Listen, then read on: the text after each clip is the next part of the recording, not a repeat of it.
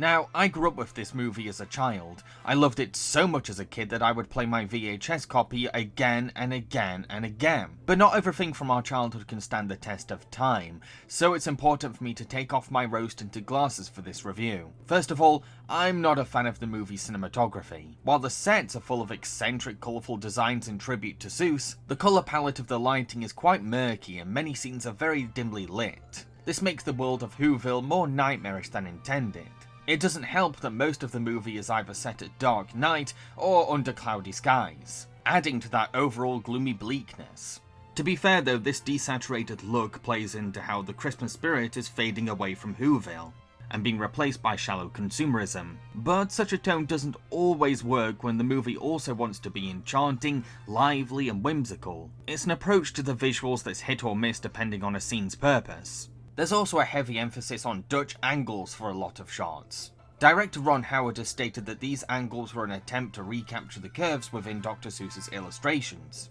But there's a strong difference between curvy line work for quirky drawings and constantly tilting a camera to make a film look zany. You can tell that Howard wanted this to be a very cartoony movie, but I can't say that he pulled it off effectively. I can see what he was going for, but the swirling camera movement, intense close-ups of faces, and over-the-top wacky editing make the movie more exhausting than fun. There's just too much personality in the direction, to the point where it just becomes obnoxious. To be fair, there's a lot of beautiful shots of Mount Crumpit. This is when the film's cinematography shines and looks genuinely pretty. Heck, I'd even say that the Grinch's cave is nicer to look at than Whoville, but that's because it's meant to look bleak and gloomy. So the dreary lighting actually fits more, plus there's a steampunk charm to the Grinch's homemade inventions that I really like. The biggest problem with this movie though, and this criticism can be applied to most Dr. Seuss feature film adaptations, is that you can tell that the movie is struggling to stretch a short story into a very long movie. You see, in order to fill time, the movie introduces a middle act in which the Grinch is nominated as the Cheermeister by Cindy Lou. The only thing that the Grinch was expecting was a prize reward, but he's then subjected to a series of Christmas-themed Cheermeister traditions, each of which clearly make him very uncomfortable, yet the Who's keep forcing him to endure them all until he gives in. Once the Grinch completes all of these tasks, the mayor not only gifts him with a present that represents his childhood abuse, but then also proposes to Martha May right in front of the Grinch, which all leads up to the Grinch being emotionally triggered and sent mentally over the edge. This middle act isn't funny or entertaining, it's just mean-spirited, nasty and sad. We're essentially watching an abuse victim go through his trauma all over again just to pad the film out. Look, I get that the movie wants to have a tipping point to motivate the Grinch to steal Christmas, but the incentive for him was there from the beginning. The Who's already bullied him at Christmas as a kid and annoy him every year with loud Christmas songs that keep him awake. That's enough, this middle act is just rubbing salt in the wound at this point. Of course, the middle act also gives Cindy Lou an opportunity to speak up about her empathy for the Grinch and motivate the other Who's to give him a chance. But seeing the payoff for her kind gesture being ruined and spat back in her face is way too nihilistic to justify this Cheermeister plotline being in the film. Yes, the Who's do later learn the true meaning of Christmas when all their presents are stolen, each throwing off the shackles of consumerism in favour of community love. With Cindy Lou's parents finally defending their daughter against the mayor, and at long last understanding her sentiments about Christmas. Sure, it's fantastic that Cindy Lou now has better parents and the Grinch has been welcomed into a community, but we still had to watch them both being belittled and humiliated for most of the film. I really don't think it was worth sitting through all that cruelty for this ending. Oh, and I guess I should address the elephant in the room, the makeup for the Who's, which has been heavily criticised for being disturbingly creepy. To be fair though, how else could special makeup effects designer Rick Baker turn these drawings into live action? This was perhaps the best approach at the end of the day, and that really is testament to why Dr. Seuss books aren't meant to be turned into live action. However, as many gripes as I have with this film, I don't want to bash it senselessly with no remorse. That doesn't make for an interesting or fair review. So let me talk about the aspects of the film that serve as its strengths. The Grinch himself, while odious and grumpy, is surprisingly the most relatable character in the movie. Ever since his traumatic childhood, he's put up a guard and resorted to being mean to avoid getting himself hurt. This has led to a lonely and boring life, but he does try his best to enjoy his own company and relish in the filth of his squalid home.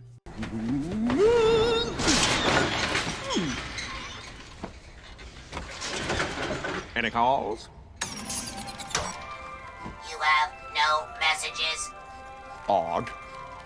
Better check the outgoing. If you utter so much as one syllable, I'll hunt you down and gut you like a fish. If you'd like to fax me, press the star key. Many of us can relate to this lifestyle as adults, hence the memes that resonate with the Grinch. Although, the film is conscious of how unhealthy the Grinch's approach to life is, using Cindy Lou as a way to encourage him to live better. The movie both empathizes with the Grinch's depression and solitude, but also actively motivates him to find happiness. I mean, what's the first thing that he does when his heart grows by the end? He starts crying. All that pent-up emotion comes falling out as he finally lets his guard down. What helps the Grinch's appeal is Jim Carrey's acting. He brings a cheeky self-awareness and joyful mischief to the role. He managed to make me laugh quite a lot. He also totally owns the complexly layered makeup he's in. 4 o'clock, wallow in self-pity. 4:30, stare into the abyss. 5 o'clock, solve world hunger. Tell no one. 5:30, jazzercise. 6:30, dinner with me. I can't cancel that again. 7 o'clock, wrestle with my self-loathing. I'm booked. Although I do agree with critics who say that it can be too over the top and annoying sometimes. The problem is that he doesn't have much material to work with due to the script's struggle to stretch out a short story, which leads him to having to fill time with as much scenery chewing as he can, and that admittedly does become quite obnoxious. Run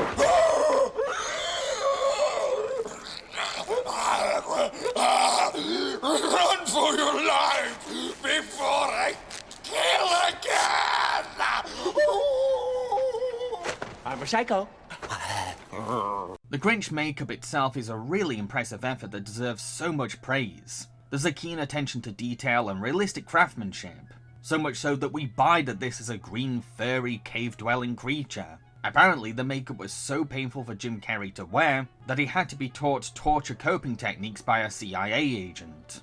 However, I can't look over how apparently Jim Carrey was really hard to work with behind the scenes. Makeup artist Kazuhiro Tsuji said that this was the worst job he's ever done. He said this about the whole ordeal with Jim Carrey. On set, Jim Carrey was really mean to everybody, and at the beginning of the production they couldn't finish. After 2 weeks, we only could finish 3 days worth of shooting schedule, because suddenly he would just disappear, and when he came back, everything was ripped apart. We couldn't shoot anything. Another strength of the film has to be the bond between the Grinch and Cindy Lou Who. These two are very opposite characters, Cindy Lou being sweet and friendly, Grinch being rude and grouchy. But they share a common thread that ties them together, that being their nonconformist nature. These are two characters who have been outcast from or ignored by the Who community, but it's Cindy Lou's idealistic optimism that brings them together as the Grinch gradually falls for her adorable charms. There's a line here that perfectly captures their relationship. We're gonna crash! Now you listen to me, young lady. Even if we're horribly mangled, there'll be no sad faces on Christmas. Yeah, that's a dark joke, and obviously the Grinch is being hyperbolic, but I feel like this line sums up their friendship. Although, I'd say that my favourite part of their friendship is how Cindy Lou heals the Grinch's past trauma. Remember how the Grinch's childhood abuse stems from the shaming of his hairy cheeks? You don't have a chance with her. You're 8 years old and you have a beard. Look at that hack job. Well, watch this. Merry Christmas, Mr. Grinch.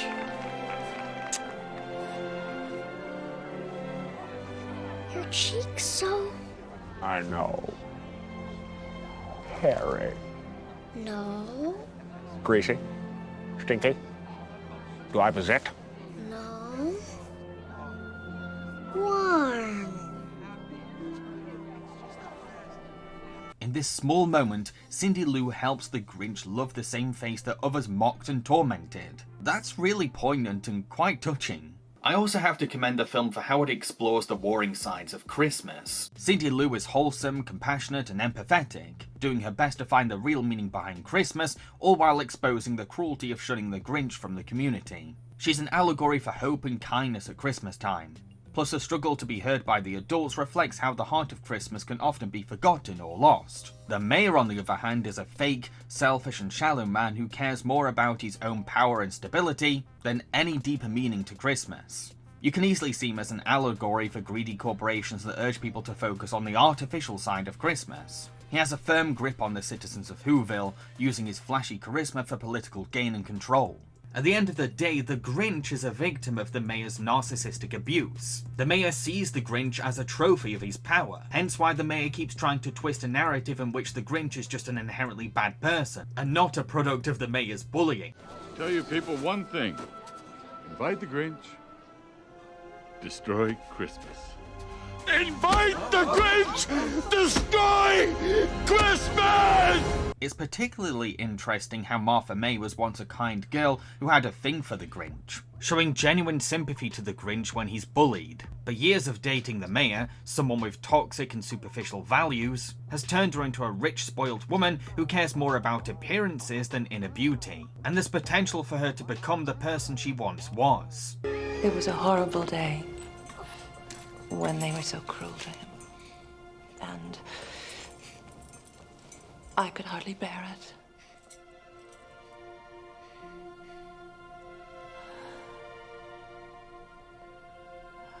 Yeah, I wish that Martha May had a bigger role than she has, as she's more of a prize for the guys to fight over. Plus, she's pretty passive about all the crazy things happening around her, but her backstory is still unique. And I do like seeing her coming to terms with her attraction towards the Grinch, and how the true meaning of Christmas plays a big part in that acceptance. So, you're maybe wondering why I'm reviewing this film for a show called Puppet Panic, and I'm sure you're curious where the puppetry in this film even is. Well, first we have Baby Grinch, an animatronic puppet that's certainly quite realistic and flexibly animated for early 2000s standards. But I can't deny how creepy his Uncanny Valley appearance is. The other use of puppetry comes from Max the dog. Yes, a real dog was used for most shots of Max, but sometimes the movie cuts to an animatronic puppet double for some takes. Honestly though, I can't tell which shots are supposed to be an animatronic and which are the real dog. That's either a compliment to the film's special effects, or an insult to my own observation skills. To conclude, Ron Howard's Grinch movie is a mixed bag for me. The direction is woefully misguided, its humour gets way too nasty, crude and tacky for a Dr. Seuss adaptation, and a lot of the film can be unpleasant to look at. Plus the movie never fully justifies its feature-length running time of almost 2 hours. Heck, its shoehorned middle act is the hardest part to watch because it's so mean-spirited. But in spite of how cynical and crass it ends up being a lot of the time, there's still some endearing relatability to the Grinch and a touching charm to his bond with Cindy Lou. I also have to praise the makeup and special effects teams for trying their very best to translate Seuss's quirky drawings into live action, even if the payoff can be pretty damn creepy. So those are my thoughts on The Grinch. What do you think of this movie? Let me know in the comments section below. I've been Jamboree, and I hope that you enjoyed this review. If you did, then feel free to like, subscribe and share. Please also consider supporting me by making a monthly pledge to my Patreon in return for awesome rewards. Thank you. So, what am I going to be reviewing in the next episode of Puppet Panic? Well, seeing as this film has gotten a lot of requests, and I've not reviewed a Muppet movie for a long time, we might as well talk about the Muppets reboot movie. Cheerio, folks.